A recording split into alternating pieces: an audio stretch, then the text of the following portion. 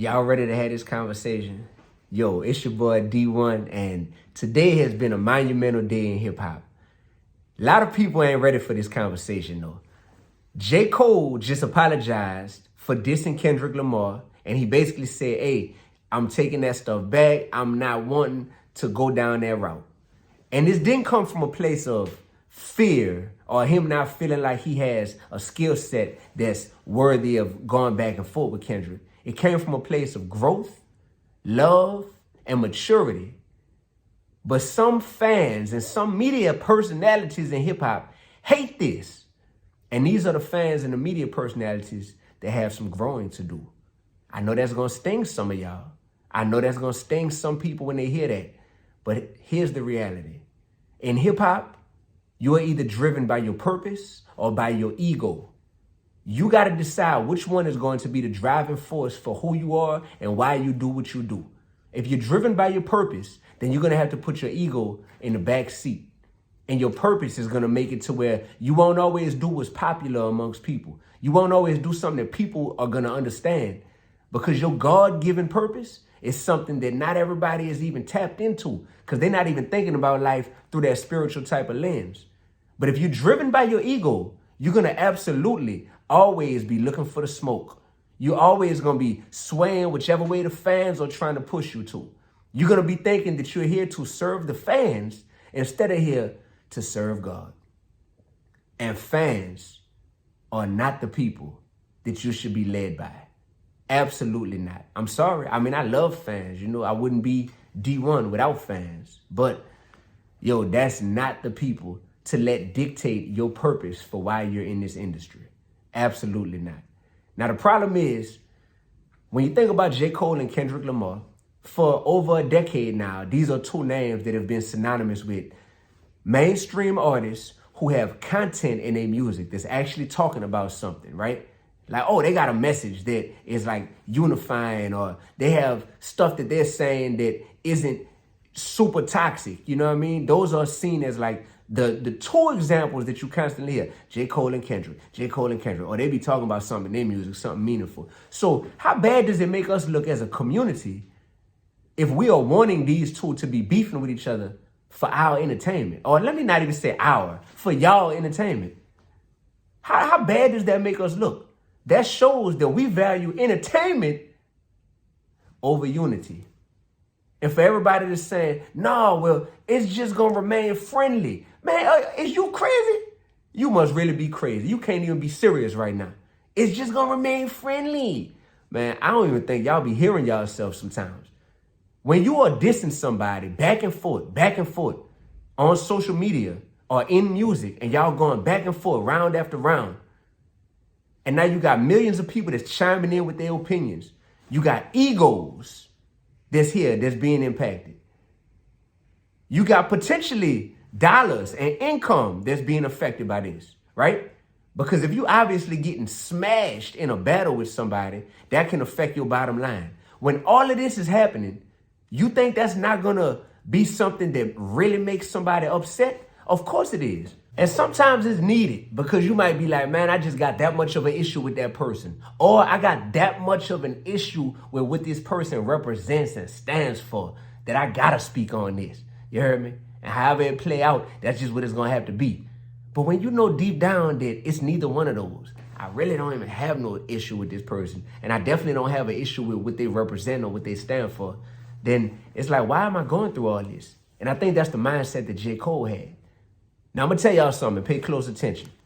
If Michael Jordan and Kobe Bryant were playing one-on-one and having a contest, that would go on forever, because they both feel like they're the best. And no matter who wins the first game, the other one going to say, run it back. Let's play it again. No matter who wins the second one, the other one going to say, run it back. Let's play it again. And they're going to go back and forth, because they're both great. And they both are going to refuse to quit because they believe in their skill sets that much.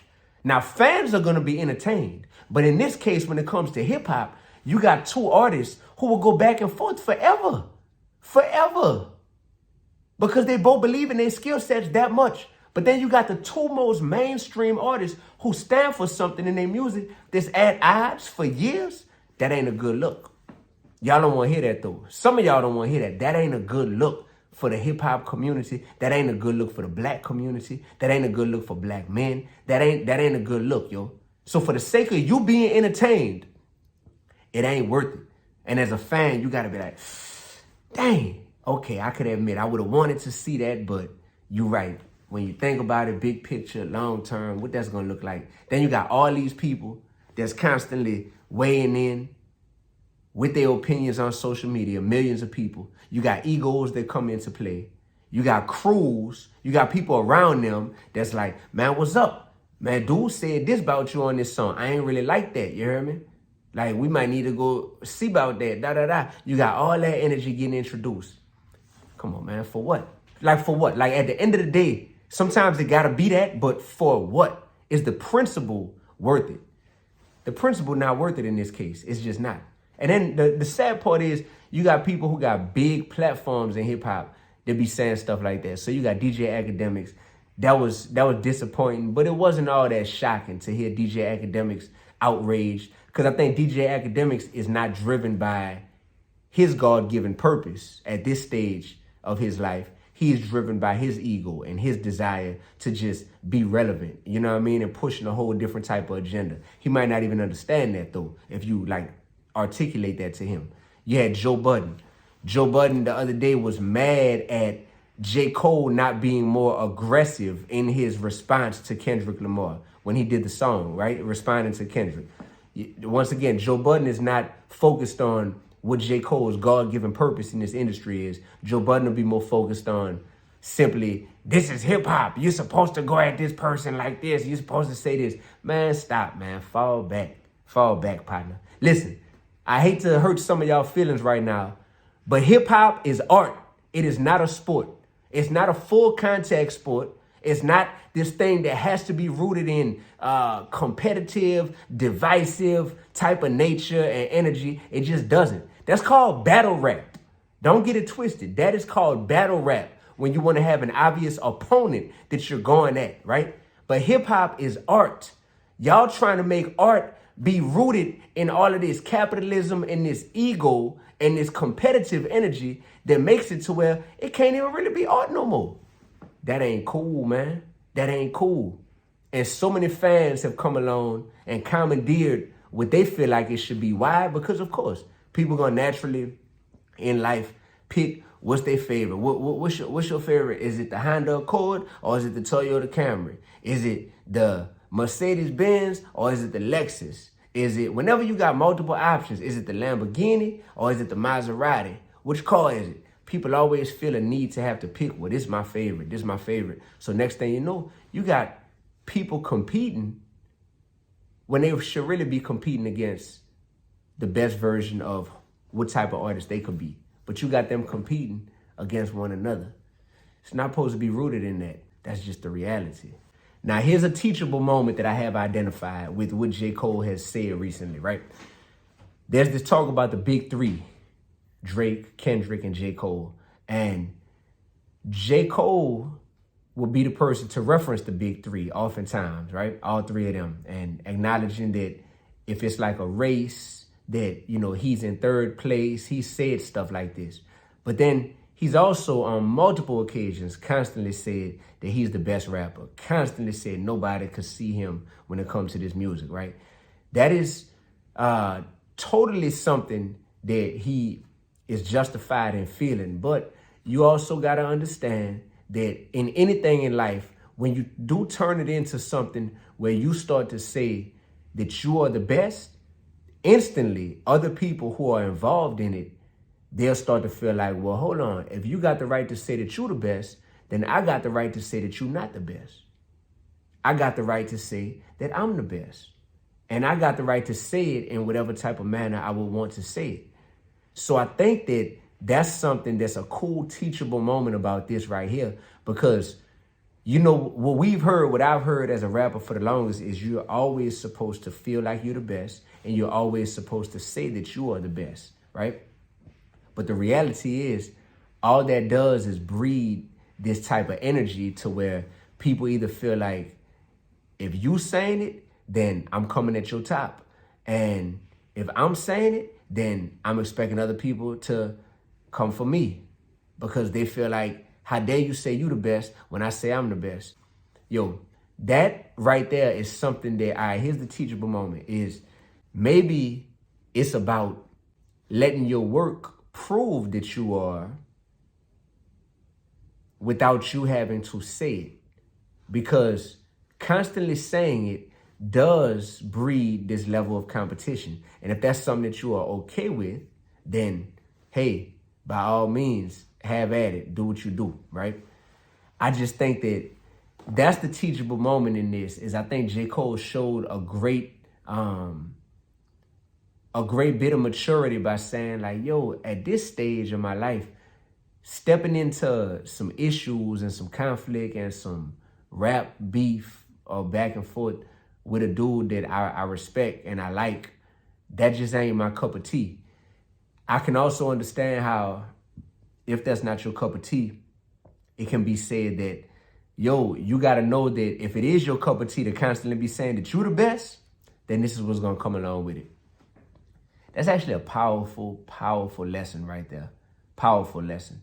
And you know how I talked about you got to decide if your life is going to be driven by your God-given purpose or by your ego? Well, if you're driven by your God-given purpose, there is less and less and less of you that feels the need to and has the need to assert that you are the best. And that's just an honest revelation that I'm having.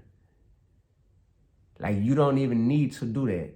When I think about Jesus, it's not something to where he had to tell other people, mere mortals, that he was better than them. You know what I'm saying?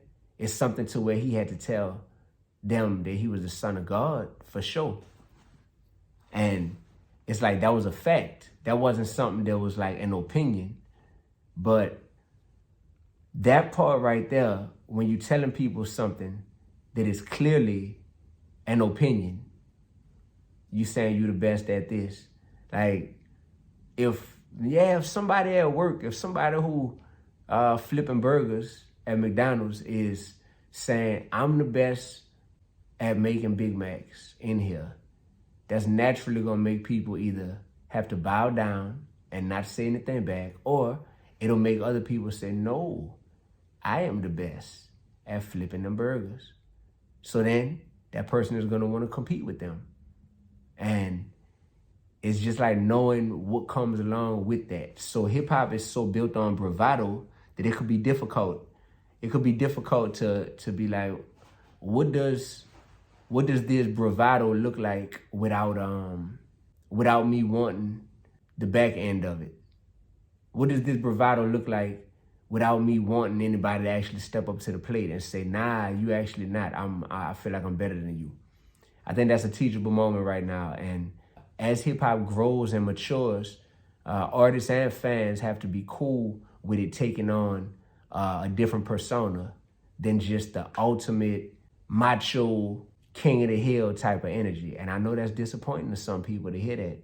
I know some people are like, man, that ain't even hip hop then. That ain't even, oh man. But a lot of the people who have died inside of hip hop, a lot of the real beefs that have turned violent and real negative and real toxic, they didn't start out that type of way. But ego, pride, other people's opinions get in the way, and things turn into something that they didn't even have to be in the first place.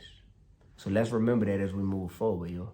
So instead of just being opposed to a lot of what's going on in hip hop, it was on my heart at the top of the year to make sure that I offer an alternative, actively offer an alternative to what's going on. Is it okay to be glorifying murder inside our music? No.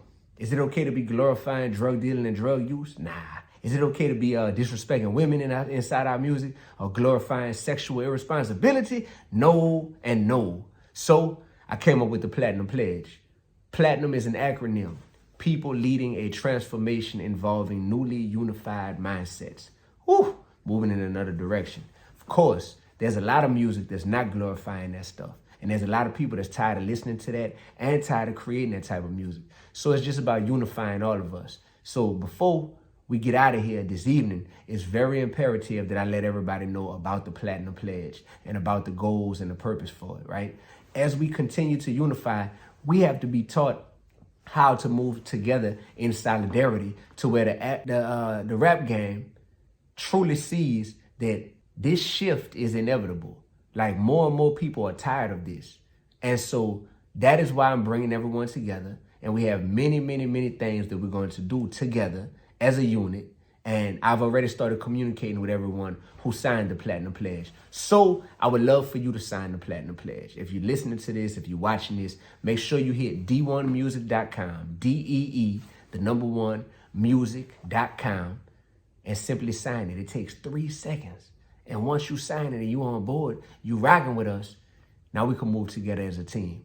If you truly represent what the Platinum Pledge stands for, and even if you're like, I want to get on board with what the Platinum Pledge stands for, I'm moving in that direction, then go ahead on and still sign it, yo. Because now you can hold yourself accountable to a higher standard. Instead of so often in life, we surround ourselves with people and we surround ourselves with media that holds us accountable to a lower standard than who we know our best self is. And literally holds us accountable to, well, I got to make sure that I could turn up in the club, or I got to make sure that I be ready to go off on somebody or ready to throw hands with somebody if I feel like they say something crazy about me, or I got to be ready to, bust my gun at somebody. Man, that's a lower version of who we were called to be. I just want the Platinum Pledge to hold us to a higher standard, a standard that we all ultimately want deep down. Because we all at war with ourselves. We all got a dark side. We all got a side of us that we know ain't the best of who we are. But it seems like that temptation is real on a daily basis. You feel me? To let that person within us be at the forefront of what we put out there. So let's do that, all right? Let's make sure that we all on board together. Sign the Platinum Pledge at Dee-1music.com. And as I conclude right now, congratulations to J. Cole. I know that he could sleep well at night with the decision he made in front of all the people yesterday and everything that's coming about from it today in terms of the support he's receiving, the backlash he may be receiving. I know he can sleep well at night, and that's a blessing. That is priceless. Oh, that's so priceless. All these people just glorifying murdering our community and glorifying selling dope and all this. Man, that ain't nothing where you can sleep good at night. And if you figured out how to sleep good at night, knowing you doing that, then shame on you. That's a different type of evil right there. That's a different type of evil, knowing that you are poisoning our community and you just chilling. It's inconsequential to you. Sorry for you. So I love y'all. I appreciate y'all. Y'all make sure y'all subscribe to this channel. If y'all not already subscribed, make sure you subscribe. Make sure you tune in because there's much more on the way, all right? Appreciate y'all. It's your boy, Dee-1. Be real, be righteous, and be relevant. You already know what it is. Peace.